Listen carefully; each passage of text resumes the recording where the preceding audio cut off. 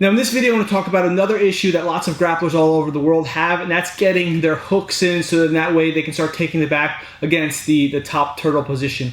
In my opinion, it's important to get at least one hook in, minimum, right? And the reason for this is because if you get at least one hook in, it's going to set the tone for you to continue to work the back. And I want to talk about different aspects of that. So let's say I had the turtle position, right?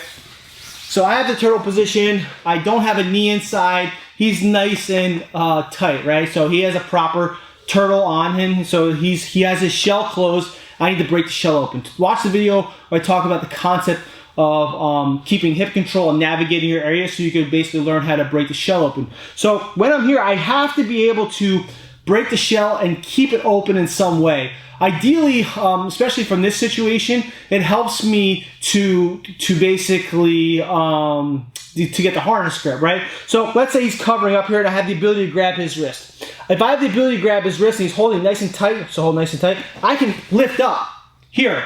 Now this gives me a couple options. I can either drive my knee in here, or I could just use this to get my one hook in. Okay? So because of the nature of this, right? If he's stubborn, because of the nature, it really opens up this side here, like this, and it buys me some time, because when he goes to get his hand back, it buys me some time to get this near side hook in. So now once I'm here, I have this near side hook in, but I don't just have it in, I have it nice and deep. So if we turn this way, I have it nice and deep, like this. And the reason why this is very helpful is because this gives me the ability to really start to work to take my opponent's back. I already have one hook in. All I need to do is to get another hook in. Now, a lot of people, they're just going to try to just jump over and get this hook in, but he's going to be blocking with his left arm. I'm not going to be able to do this easy. This isn't going to work out very easy. So if we rotate this way, so I'm not going to be able to do this super easy. So I'll use different movements. We're basically, we're going back to wrestling 101 here, right? This is essentially a pinning position, and what people may call the truck. So I'm coming here, right? I'll come here and I'll control his hips. Let's say he's still tight and I can't control his hips. I'll grab his ankle. Here, I'll grab his ankle just like this and now pull back. Now we're opening up. At this point, it becomes much harder for him to start stopping from getting his back taken. Here. So I can start pulling, shooting him through, and now start working to take his back. Now I have good control of him here. That's one thing I really like to do. I really like to try to get that near side hook in so I can start working these type of scenarios. Let's say, for example, I can't pull up on his wrist here. So we're here, right? I can't pull up on his wrist. So I might pull up on his shoulders. Same thing, when he goes to get his elbows tight, it becomes a little bit harder. Now I can get my hook in. Now I can start doing certain things. Let's say I want to get fancy. I can start coming here, boom, to roll over and start taking his back. There's many different things that I can do. Another one is when I have this hook inside, and this is something that Russ mentioned to me a while ago, is basically using another wrestling movement where we're using like a power half. This arm comes underneath the armpit, this hand clamps through, and then I drive pressure down. This is gonna break them down here. And look, it also controls from him stopping to block my foot. When he goes to block my foot with his left arm, it's not possible. Now I can just get my foot inside and take the back. So I really like to try to get the near side hook in. When I say near side, I mean the side that's closest, his body that's closest to me, all right? Essentially, I'm taking my far leg and putting it on his near side. That's my ultimate goal. There might be scenarios where I end up, let's say I have your turtle. I already have my knee inside, right? So I already have my knee here, like this. And I'm able to get a harness grip. And I'll use this to switch here. So I can get this near side hook in. Just like this. And now this gives me the ability to start working my different things and so on and so forth. Whether I'm coming through and I'm rolling over, or I'm tilting him, or I'm getting power halves, or I'm even just leaning. So then that way I can get the position. By having this nice deep hook, this is gonna help me out a lot. And ideally, you wanna study and understand how your rolls end up going. As you start getting more and more experienced, you should have the ability to start making your partners and your opponents a little bit more predictable. And the reason for that is because generally those who start becoming good at grappling and good at jiu-jitsu start adapting what many people call a game. And essentially what a game is, it's a series of movements that you like to do, basically, right? So Russ has a series of movements he likes to do. I have a series of movements that I like to do, and I try to do that on everybody. It doesn't matter who I'm rolling with, doesn't matter what their game is. And what it does is, by having that series of moves, it starts making my opponents predictable.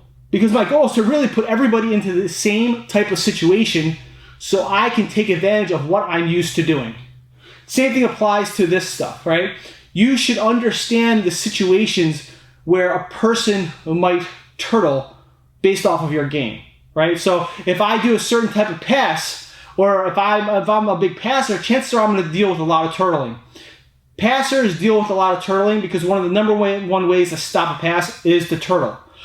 People who have good top control are going to deal with a lot of turtling because people who are stuck in side control on the bottom, or they might be stuck in north-south or something along those lines, one of the progressions to escaping lots of times is to go from side control to turtle, to go from north-south on the bottom to turtle. So I understand those things. So when I have those, then I'll know that I need to start attacking right away.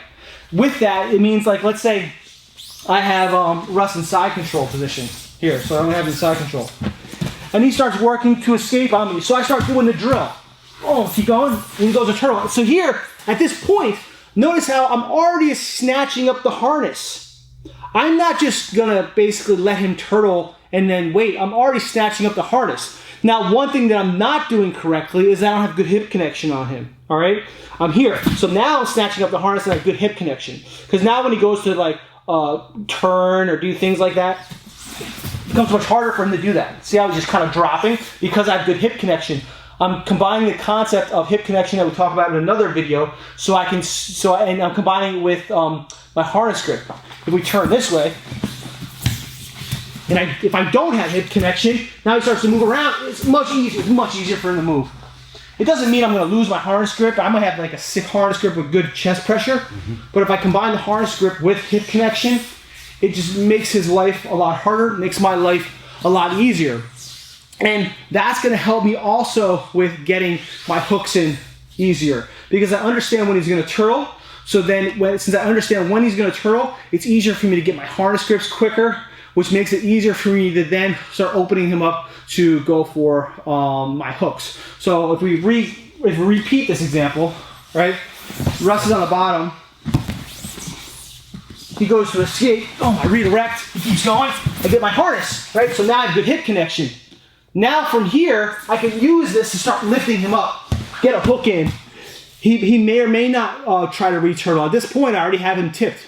So I have one hook in. One hook in is better than having no hooks in, and that is very important. Ideally, if I have one hook in and I have this arm, the bottom arm over his shoulder, he's in a lot of trouble here, okay? I mean, there's times where I'll even just get him in like a half back mount, and I still have good control here, and then I'll start working. But the point is I understand in that scenario that when someone goes to escape with an underhook and I redirect, many times he's going to turtle. And because I know he's going to turtle, I know that I should be getting my harness grip immediately. I know that while getting my harness grip, I should be getting a hip connection on him immediately. And I know those combinations of things is going to give me the ability to open him up and start getting my hooks in. The main reason why I'm talking about all this, I'm not going over different ways of getting your hooks in, is because I can literally show you probably 20, 30, 40 different ways of taking the back from the top turtle position. And that's not the point of this video. The point of this video is to kind of open up your mind and have you think a little bit differently when you're attacking the top turtle. That's the main purpose. So hopefully these concepts help you out. If they don't, let me know. If they do, let me know, and I'll do the best I can to help you out. All right? Peace.